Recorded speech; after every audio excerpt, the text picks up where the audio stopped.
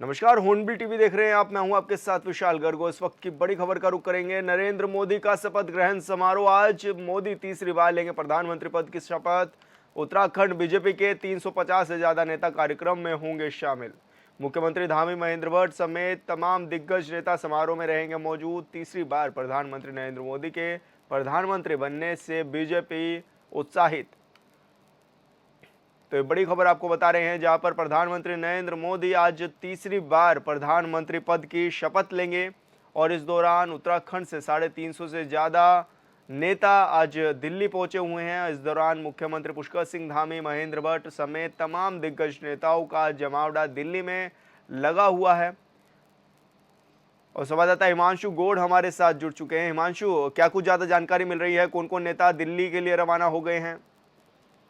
जी बिल्कुल विशाल, देखिए लोकसभा चुनाव संपन्न हो गए हैं और ऐसे में अब आज जो है मोदी सरकार की जो तीसरी कार्यकाल है उसका आज से शुभारंभ होने जा रहा है। प्रधानमंत्री मोदी जो है शपथ ग्रहण करने जा रहे हैं और ऐसे में भाजपा के तमाम दिग्गज नेता देश भर की अगर मैं बात करूँ तो 8,000 से ज्यादा जो है नेता दिल्ली पहुंच रहे हैं। इसी के साथ ही उत्तराखंड की बात करूँ तो 300 से अधिक नेता जो है दिल्ली के लिए रवाना हो गए हैं। मैं बात करूँ मुख्यमंत्री पुष्कर सिंह धामी जी, प्रदेश अध्यक्ष महेंद्र भट्ट के कैबिनेट मंत्री, तमाम कैबिनेट मंत्री जो हैं वो दिल्ली पहुंचे हैं। ऐसे में बड़ी उत्साहित इस समय भारतीय जनता पार्टी नजर आ रही है मोदी सरकार के तीसरे कार्यकाल को लेकर। वहीं वीआईपी अगर मूवमेंट की बात की जाए तो तमाम देशों के राष्ट्रीय अध्यक्ष, चाहे बांग्लादेश हो, नेपाल हो, भूटान हो, श्रीलंका हो या मोइजू हो, तमाम जो देशों के राष्ट्रीय अध्यक्ष हैं वो लगातार दिल्ली पहुंच रहे हैं। ऐसे में वीआईपी मूवमेंट लगातार कहीं न कहीं तेज दिल्ली में समय मौजूद हो रहा है और दिखाई दे रहा है कि किस प्रकार नरेंद्र मोदी के जो तीसरा कार्यकाल है उसको लेकर लोग उत्साहित यहाँ पर नजर आ रहे हैं।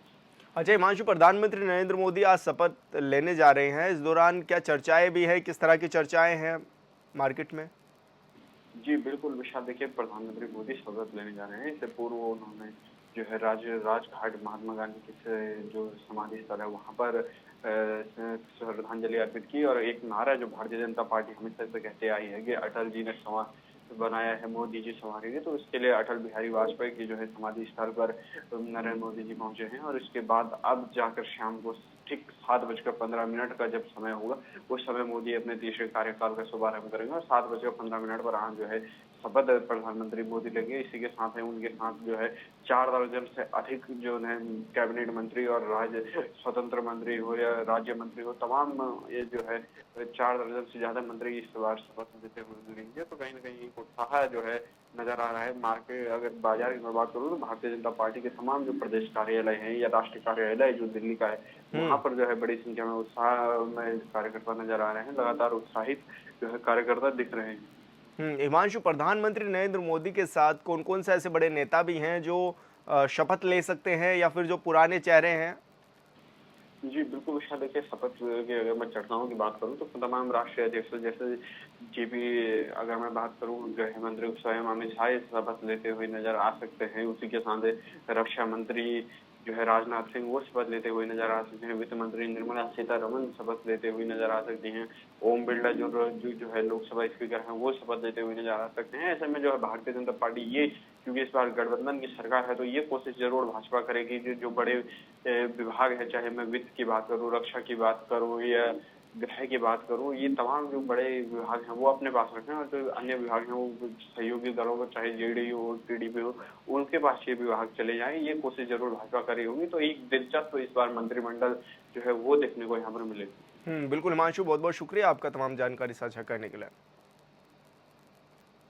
उत्तराखंड में एक एक मंत्री के पास कई कई विभाग हैं। लोकसभा चुनाव समाप्त हो चुके हैं, नई सरकार का गठन होने वाला है, लेकिन उत्तराखंड सरकार में मंत्रिमंडल विस्तार को लेकर भी चर्चाएं तेज हो गई हैं।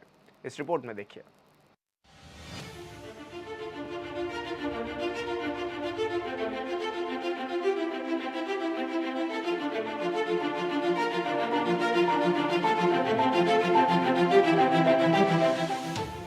देश भर में लोकसभा चुनाव खत्म होने के बाद उत्तराखंड में एक बार फिर मंत्रिमंडल विस्तार को लेकर सुगबुगाहट तेज हो गई है। धामी मंत्रिमंडल विस्तार को लेकर समय समय पर चर्चाएं तेज होती हैं और अभी एक बार फिर से कयास लगाया जा रहा है कि मोदी सरकार गठबंधन के बाद अब धामी सरकार के मंत्रियों के रिक्त पदों को भी भरा जाएगा। 2022 के विधानसभा चुनाव जीतने के बाद धामी सरकार के मंत्रिमंडल में अब कैबिनेट मंत्रियों को जगह दी गई थी, लेकिन कैबिनेट मंत्री चंदन रामदास के निधन के बाद एक और पद खाली हो गया था, जिसे मिलाकर अब धामी कैबिनेट में 4 पद रिक्त पड़े हैं। देखिए ये निर्णय हमारे मुख्यमंत्री श्री पुष्कर सिंह धामी जी लेंगे, हमारी सरकार लेगी। इसमें किसी को भी बोलने का या कटाक्ष करने का कोई नहीं बनता है कि कोई दूसरा विपक्ष आकर हम पे कटाक्ष करे, क्योंकि हमारी सरकार का मामला है और सरकार बहुत जल्दी ऐसे निर्णय लेगी। माननीय पुष्कर सिंह धामी जी विकास कार्यों से लेकर के तमाम सभी को साथ लेकर के चलने का काम करें। तो मुझे लगता है कि जो भी निर्णय लेंगे पुष्कर सिंह धामी जी अच्छा निर्णय लेंगे इस प्रदेश के हित में और जनहित में, और इस प्रदेश की जो विकास की गति है उसको आगे और चलाने के लिए क्या क्या और कार्य अच्छे हो सकते हैं, इन सब पर भी विचार और मंथन माननीय पुष्कर सिंह धामी जी कर रहे हैं। उत्तराखंड कैबिनेट विस्तार की चर्चाएं आए दिन होती रहती हैं। 4 मंत्री पद खाली, लिहाजा अब कैबिनेट विस्तार होगा और कब किसे मंत्री का पद दिया जाएगा ये आगे की बात है। लेकिन मौजूदा वक्त में किस मंत्री के पास कितने विभाग हैं, इसे जानने की जरूरत है। बात करें सीएम पुष्कर सिंह धामी की तो उनके पास 29 विभाग हैं। वही मंत्री सतपाल महाराज के पास 10 विभाग, मंत्री प्रेम सिंह अग्रवाल के पास 7 विभाग, मंत्री धन सिंह रावत के पास 4 विभाग, मंत्री गणेश जोशी के पास 9 विभाग, मंत्री सुबोध उनियाल के पास 4 विभाग, मंत्री सौरभ बोगड़ा के पास 6 विभाग, वहीं मंत्री रेखा आर्य के पास 4 विभाग हैं। ऐसे में देखा जाए तो सबसे अधिक विभागों का बोझ मुख्यमंत्री पुष्कर सिंह धामी के पास है। हालांकि जो पद रिक्त हैं उन्हें भरने का पूरा विशेषाधिकार मुख्यमंत्री पुष्कर सिंह धामी को है। ऐसे में संभावना जताई जा रही है कि मुख्यमंत्री पुष्कर सिंह धामी अपने ऊपर के कुछ विभागों का बोझ कम कर सकते हैं और जो मंत्रिमंडल में रिक्त पद पड़े हैं उन्हें भर सकते हैं। तो वहीं दूसरी ओर धामी मंत्रिमंडल विस्तार को लेकर अब एक बार फिर सियासत गर्मा गई है। देखिए, लोकसभा चुनाव संपन्न हो गए हैं और जनता ने जो जनादेश दिया है वो खंडित जनादेश है। वो किसी एक पार्टी को तो जनादेश मिला नहीं है, लेकिन उत्तराखंड में 5 लोकसभा सीटें फिर से भाजपा ने जीती है, इसमें कोई दो राय नहीं है। लेकिन 2019 के मुकाबले भाजपा का वोट प्रतिशत भी गिरा है और भाजपा की लीड भी जो है हम कम करने में कामयाब रहे हैं। लेकिन राज्य में मंत्रिमंडल के पद लंबे समय से खाली हैं, उनको धामी सरकार क्यों नहीं भर पा रही? हम पहले से कह रहे हैं कि जो है उससे राज्य के विकास पे फर्क पड़ रहा है। जनता को अगर ज्यादा मंत्री मिलेंगे तो ज्यादा जगह जो है अपनी बात रख सकेंगे राजकाज में और विभागीय कार्य में। निश्चित तौर पर उससे सुगमता होगी, लेकिन सरकार लगातार मनमानी कर रही है। अब देखते हैं कि 5 लोकसभा सीटें जीतने के बाद भी मंत्रिमंडल का विस्तार होता है या नहीं होता है। कांग्रेस के प्रदेश प्रवक्ता शिषपाल सिंह बिष्ट का कहना है कि राज्य में लंबे समय से मंत्रिमंडल के पद खाली हैं। अब ऐसे में जनता ने जिस तरीके से भारतीय जनता पार्टी को 5 लोकसभा सीटें जिता दी है, तो देखने वाली बात होगी कि राज्य में मंत्रिमंडल के पद रिक्त पड़े हैं और उन्हें सरकार कब भरती है। शिषपाल सिंह बिष्ट ने बीजेपी पर तंज कसते हुए कहा कि बीजेपी में एक अनार 100 बीमार वाली कहावत है। बीजेपी में सब कुछ ठीक नहीं चल रहा है और बीजेपी में गजब अंतर्द्वंद है, इसलिए 2 साल से पद भरे नहीं जा रहे हैं।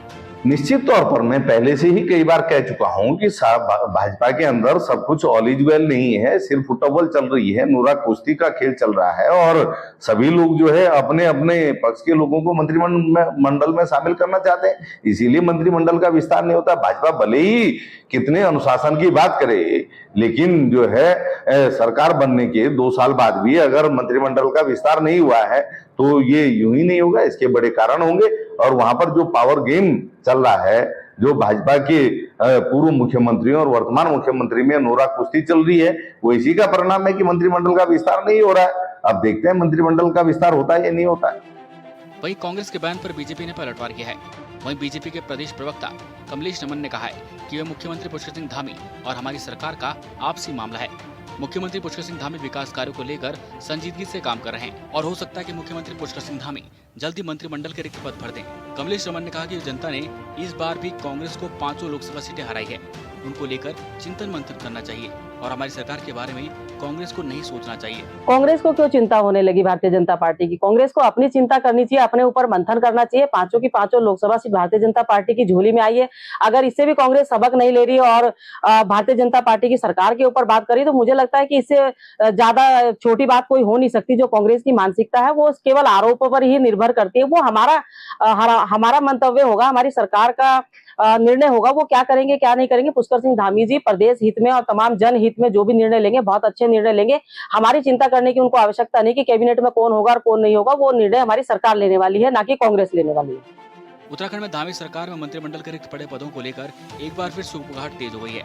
ऐसे में संभावना जताई जा रही है कि जल्दी मुख्यमंत्री पुष्कर सिंह धामी अपनी मंत्रिमंडल का विस्तार करेंगे। लेकिन 39 विधायकों में से किन्हें मंत्रिमंडल में जगह दी जाती है, ये देखना दिलचस्प होगा।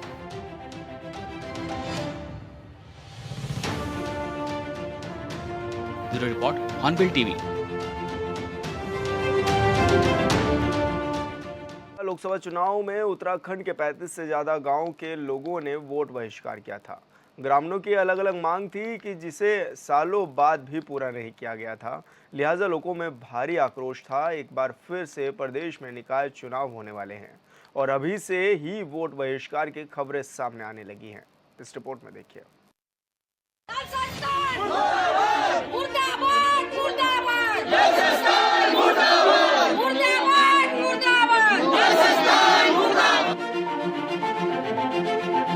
जब आज हम 40 साल से लोहाघाट में रह रहे हैं, पानी रोज के रोज, बारिश के दिनों में भी वही हालत, तीसरे दिन पानी मिल रहा है। मैं कह रही हूँ अगर इस पानी का निराकरण नहीं होता जनता के लिए तो इस बार नगर के चुनाव का बहिष्कार किया जाएगा, बहिष्कार किया जाएगा। लोहाघाट में फिर वोट बहिष्कार की चेतावनी, ग्रामीणों ने दी शासन प्रशासन को चेतावनी। तस्वीरें उत्तराखंड के पहाड़ी जनपद चंपावत के लोहाघाट की हैं। लोगों में शासन प्रशासन के खिलाफ आक्रोश है और जायज भी है, लेकिन अधिकारी मानने को तैयार नहीं। और अगर ऐसा नहीं है तो महिलाओं से लेकर बुजुर्ग तक सड़कों पर नारेबाजी क्यों कर रहे हैं? जब कभी भी मौका मिलता है तो शासन और प्रशासन के लोग कहते हैं कि विकास कार्य तेजी से किए जा रहे हैं, फिर भी इस तरह की तस्वीरें मीडिया की सुर्खियां बनना ही सरकारी दावों पर सवाल है। जब आज हम 40 साल से लोहाघाट में रह रहे हैं, पानी रोज के रोज, बारिश के दिनों में भी वही हालत, तीसरे दिन पानी मिल रहा है। मैं कह रही हूँ अगर इस पानी का निराकरण नहीं होता जनता के लिए तो इस बार नगर के चुनाव का बहिष्कार किया जाएगा, बहिष्कार किया जाएगा। दोषी इसमें जल संस्थान है, मुख्य दोषी, मुख्य मुलजिम जो है जल संस्थान है। दूसरे मुलजिम है सरकार, उसके जो नुमाइंदे जो बड़े बड़े पदों में, और तीसरे मुलजिम है इसमें विधायक क्षेत्रीय, जिनका दायित्व होता है इसको कौन करेगा पूरा। मेरी नजर में ये तीनों दोषी हैं। दूषित पेयजल आपूर्ति से लोगों में आक्रोश, जल संस्थान के खिलाफ की नारेबाजी, दूषित पानी पीने से बीमार हो रहे हैं लोग। चंपावत के लोहाघाट नगर में जल संस्थान की तरफ से की जा रही दूषित पेयजल आपूर्ति को लेकर लोहाघाट नगर की जनता में भारी आक्रोश है। स्थिति यह है कि लोहाघाट नगर की जनता, मातृशक्ति और जनप्रतिनिधियों ने लोहाघाट नगर में जल संस्थान प्रशासन के खिलाफ जुलूस निकालकर अपना आक्रोश व्यक्त किया।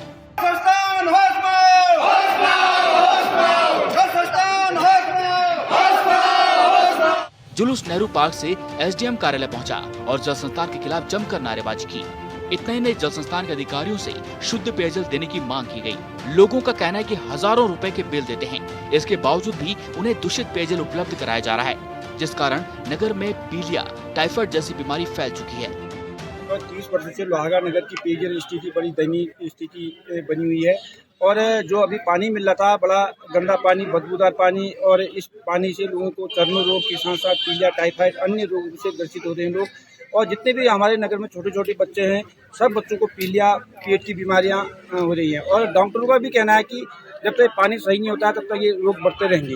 इसी को देखते हुए समस्त नगरवासियों का जन आक्रोश आज सड़कों में देखा गया और वहाँ से लेकर के एसडीएम कार्यालय तक जुलूस के रूप में और यहाँ ज्ञापन के माध्यम से सभी लोगों को एक ही सुर में एक ही मांग थी कि हमें साफ पानी दो। और इसके साथ ही साथ सर्व पेयजल लिफ्ट पेयजल योजना जब तक नहीं बनती है तब तक लोगों को कोई समाधान होने की उम्मीद नहीं है। और आज जल संस्थान के एक्शन साहब और अन्य कर्मचारी कल आए थे, उनसे सब लोगों का यही कहना है कि जो भी पानी दे रहे हैं आप, जितना भी दे रहे हैं, साफ पानी दो जिससे कि लोगों को बीमारी ना हो। रूटीन तौर पर जो भी टैंक हैं आपकी, जो भी नलकूप हैं, उनकी रूटीन तौर पर सफाई हो। और सफाई के साथ साथ कैलोरीन और जो फिटकरी होती है उसका डेली पानी में डाला जाए जिससे पानी साफ हो सके। समस्याओं के लिए शासन प्रशासन जिम्मेदार, समस्याओं पर अधिशासी अभियंता की सफाई, नियमित रूप से पानी टंकी की होगी सफाई। जल संस्थान के अधिशासी अभियंता बिलाल यूनुस का कहना है कि अब नियमित रूप से टैंकों की सफाई की जाएगी, दवाइयों का छिड़काव किया जाएगा। उन्होंने कहा कि जल संस्थान जनता को शुद्ध पेयजल उपलब्ध कराने की पूरी कोशिश करेगा, साथ ही अवैध कनेक्शन पर जल्द कार्रवाई की जाएगी। इस दौरान लोगों ने सरयू लिफ्ट पेयजल योजना निर्माण की मांग उठाई और नगर निकाय चुनाव बहिष्कार की धमकी तक दे डाली। इस दौरान लोगों ने कहा कि इस समस्या के लिए सरकार, शासन और स्थानीय जनप्रतिनिधि, स्थानीय विधायक जिम्मेदार हैं। अभी पहले ऑलरेडी डिस्कशन हो चुका है। जो यहाँ पर जो मेन जो मुख्य प्रॉब्लम आई वो गंदे पानी की है, तो उसके लिए हमने ये किया है कि हम एक संयुक्त टीम बनाएंगे स्वास्थ्य विभाग के साथ, उसका रेगुलर सैंपलिंग करेंगे, पर डे बेसिस पे हम इसको मॉनिटरिंग करेंगे। कहीं पर भी हमें लगेगा कि वाटर की क्वालिटी जो है वो पोर्टेबल नहीं है मानक के अनुसार, तो हम तुरंत उसे सप्लाई को रोकते हुए उसका जो उपचार हम करेंगे। उसके अलावा जो हमारे जो टैंक है उनकी रेगुलर सफाई करेंगे, उसका रोस्टर जारी किया है हमने, उसके अनुसार हम इंश्योर करेंगे इसकी प्रॉपर क्लीनिंग हो, इस हिसाब से हम इसके डिस्ट्रीब्यूशन में इंश्योर। सरयू लिफ्ट पेयजल योजना निर्माण की मांग, मुख्यमंत्री पुष्कर सिंह धामी ने की थी घोषणा। एसडीएम ने कहा शासन को भेज दी गई डीपीआर। प्रदर्शनकारी लोगों ने कहा कि जब मुख्यमंत्री दौरे पर आए थे तब सरयू लिफ्ट पेयजल योजना निर्माण की घोषणा की थी। इसके बावजूद भी अभी तक योजना की डीपीआर तक नहीं बन पाई है। लोहाघाट के लिए पेयजल के स्थायी समाधान का एक ही उपाय है, सरयू लिफ्ट पेयजल योजना। एसडीएम लोहाघाट रिंकू बिष्ट ने कहा कि जल संस्थान के अधिकारियों को कड़े निर्देश दिए गए हैं कि जनता को शुद्ध पेयजल उपलब्ध कराया जाए, समय समय पर टैंकों की सफाई और दवा का छिड़काव किया जाए। लापरवाही बरतने वाले अधिकारी के खिलाफ कड़ी कार्रवाई की जाएगी। उन्होंने कहा कि सरयू लिफ्ट योजना की डीपीआर शासन को भेज दी गई है, जिसमें 1-2 स्थान पर आपत्ति लगी है। जल्द ही उनका निस्तारण कर दिया जाएगा। दीर्घकालीन योजना के तहत में हमारे द्वारा जो सरयू लिफ्ट योजना बनाई गई है, इसमें माननीय मुख्यमंत्री जी द्वारा जब 11 फरवरी को यहाँ संयुक्त कार्यक्रम किया गया था तो उसमें घोषणा की गई है। उसमें विभाग ने बड़ी त्वरित गति से कार्य करते हुए डीपीआर बना के भेज दी है। उसमें विभाग द्वारा बताया गया है कि 2 आपत्तियां लगी थी जिनका कि निराकरण कर दिया गया है। तो चूंकि ये दीर्घकालीन योजना है, इसमें लगभग 2 से 3 साल आवश्यक रूप से लगना संभावित है। तो हम लोग जो टेम्पररी और जो हम तात्कालिक उपाय के रूप में विभाग को हमने ये भी निर्देश दिए गए हैं कि अगर पानी की आपूर्ति नहीं हो रही है तो आप लोग टैंकरों की संख्या बढ़ाएं और उसका जो रोस्टर है उसको सार्वजनिक करें, सार्वजनिक स्थानों को उसको पेस्ट करें, अखबारों के माध्यम से दें, सोशल मीडिया के माध्यम से दें, ताकि जो जिस समय आपका टैंकर आ रहा है वो टैंकर्स में लोग पानी भरने के लिए इकट्ठा हो सके। समस्त जनता से भी मेरा अनुरोध ये रहेगा कि आप लोग जहाँ पे हमारे जल स्रोत के गधेरे हैं वहाँ पर गंदगी ना फैलाएं, क्योंकि गंदगी फैलाने के लिए विभाग नहीं, कहीं ना कहीं हम ही लोग इसके लिए जिम्मेदार हैं। प्रशासनिक मशीनरी भी अपना पूरा काम करेगी, पर आप लोगों का भी उतना दायित्व बनता है क्योंकि उसी पानी को हमने पीना है। तो फिल्ट्रेशन में विभाग पर अतिरिक्त दबाव भी पड़ता है। तो हमारी भी ये जिम्मेदारी, एक नैतिक जिम्मेदारी है कि हम विभाग के साथ में जो पानी को दूषित होने से बचाएं। लापरवाही बरतने पर कड़ी कार्रवाई की मांग, सोलर हेडपंपों की बढ़ाई जाएगी अब संख्या। एसडीएम लोहाघाट रिंकू बिष्ट का कहना है कि नगर में सोलर हेड पंपों की संख्या बढ़ाई जाएगी। वहीं लोगों ने कहा कि नगर की जनता को शुद्ध पेयजल उपलब्ध कराना सरकार और शासन की प्राथमिकता है। जल संस्थान समय समय पर टैंकों की सफाई कर रखरखाव पर विशेष ध्यान दे, साथ ही लापरवाही बरतने पर कड़ी कार्रवाई की जाए। सरयू लिफ्ट योजना बनने तक छोटे छोटे स्रोतों से पेयजल टैप किया जाए। स्थानीय लोगों ने एक बार सरयू लिफ्ट पेयजल योजना निर्माण को लेकर मुख्यमंत्री के नाम ज्ञापन सौंपा है। तो विभाग को मेरे द्वारा कड़े निर्देश जारी कर दिए गए हैं कि जितने भी शहर और शहर के आसपास टैंक है उनकी आप एक रोस्टर बेसिस पर आप सफाई करेंगे और जो सफाई करेंगे उसमें मेंशन होगी और उसका सफाई का रोस्टर हमारे साथ शेयर होगा और हम जितने भी जनप्रतिनिधि हैं, हमारा रेवेन्यू का स्टाफ है, उसके द्वारा हम इस चीज़ को मॉनिटरिंग करेंगे। साथ ही क्योंकि नगर की जो हमारी पेयजल की लाइनें हैं वो काफ़ी पुरानी लाइनें हैं और वर्तमान में वास्तविकता यह है कि उसके पुनर्गठन की आवश्यकता है, जिसमें कि एक अच्छा अमाउंट लगेगा। तो जिला योजना में उसको रखा जाएगा। अगर हमें एक मुश्त धनराशि मिल जाती है तो शहर के लिए बहुत बड़ी खुशखबरी होगी। अदरवाइज हम इसको कोशिश करेंगे कि 2 या 3 फेजेस में हम ये शहर की जो हमारा पाइपलाइन है इसका पुनर्गठन किया जाए। साथ ही जिला योजना में इस बात का भी पूरा प्रयास किया जाएगा कि जो सोलर हैंडपम्प है उनकी संख्याएं बढ़ाई जाए।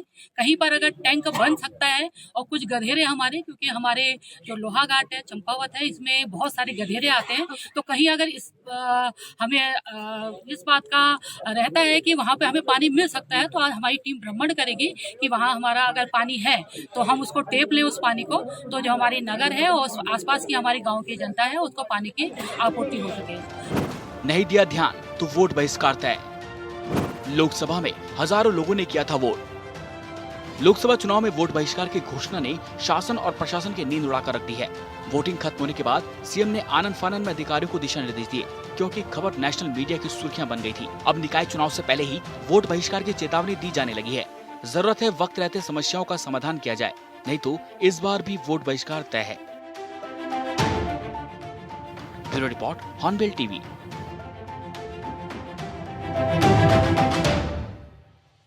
लोकसभा चुनाव में कांग्रेस और दूसरे दलों से बीजेपी में शामिल हुए नेताओं के कार्य समीक्षा की जाएगी। बीजेपी के वरिष्ठ नेता ज्योति प्रसाद गैरोला का कहना है कि तीसरी बार उत्तराखंड से बीजेपी ने 5 सीटें जीती हैं। उसके बावजूद हम हर एक चुनावी गतिविधियों की समीक्षा करेंगे और जिन भी पार्टी पदाधिकारियों और कार्यकर्ताओं ने लोकसभा चुनाव में बेहतर कार्य किया है उन्हें सम्मानित भी करेंगे।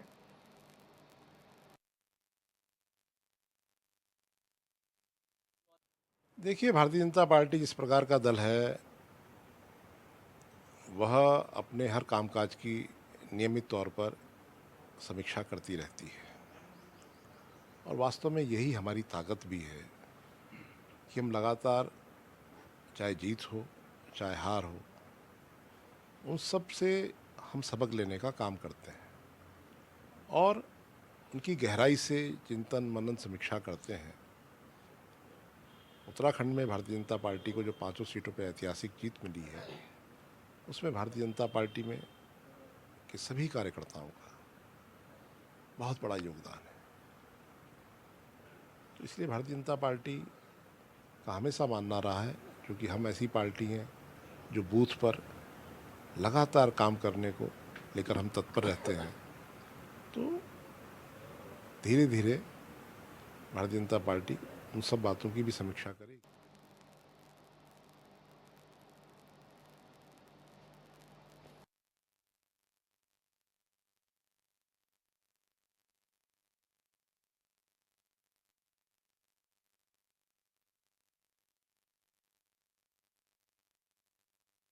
उत्तरकाशी में किसी जमाने में ऊन के कपड़ों की बड़ी डिमांड होती थी, पर सरकार की उदासीनता के चलते ये अब सीमित हो गया है।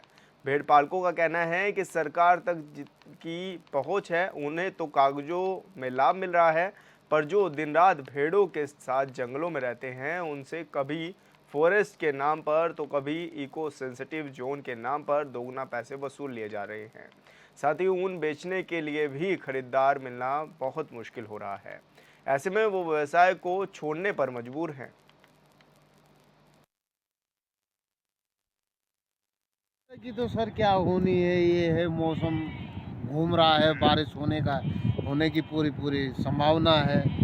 अब हम टेंट लगाएंगे, फिर उसके सारे जो है रात का गुजारेंगे, ये पशु बाहर खुले में रहेंगे।